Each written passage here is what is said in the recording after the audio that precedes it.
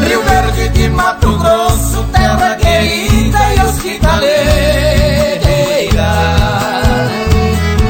de ti só guardo saudade, bela cidade das cachoeiras.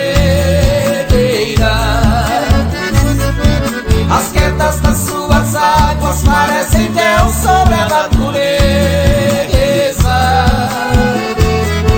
Campos floridos de verde, perfumando a anoitecer, num cenário de beleza.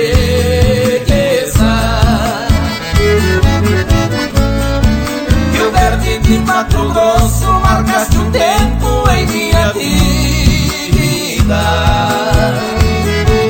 Recordo os tristes momentos daquela tarde da despedida.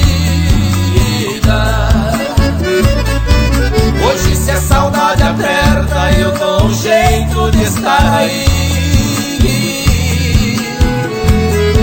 Rever amigos de infância, os meus tempos de criança, que jamais eu esqueci.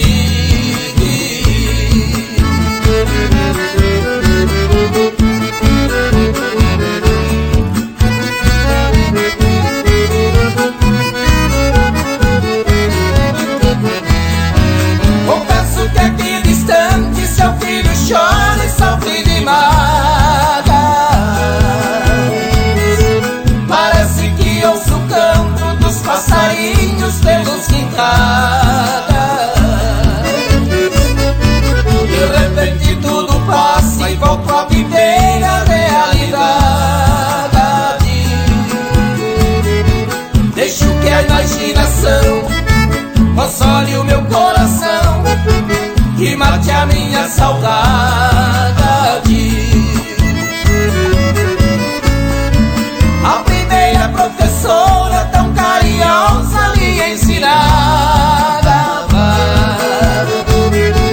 Na igreja da pracinha todo domingo a gente rezava. Cantei meus primeiros versos numa festinha da padroeira. Uma moça olhou pra mim, fiquei conhecendo assim a minha paixão primeira.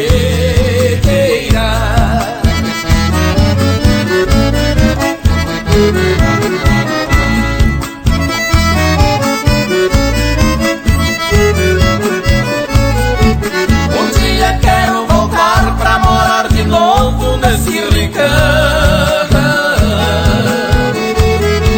E quando a morte me levar, ficarei mais perto desse meu chão. Viverei eternamente bem junto ao solo da minha terra, ouvindo as cachoeiras e as águas das corredeiras.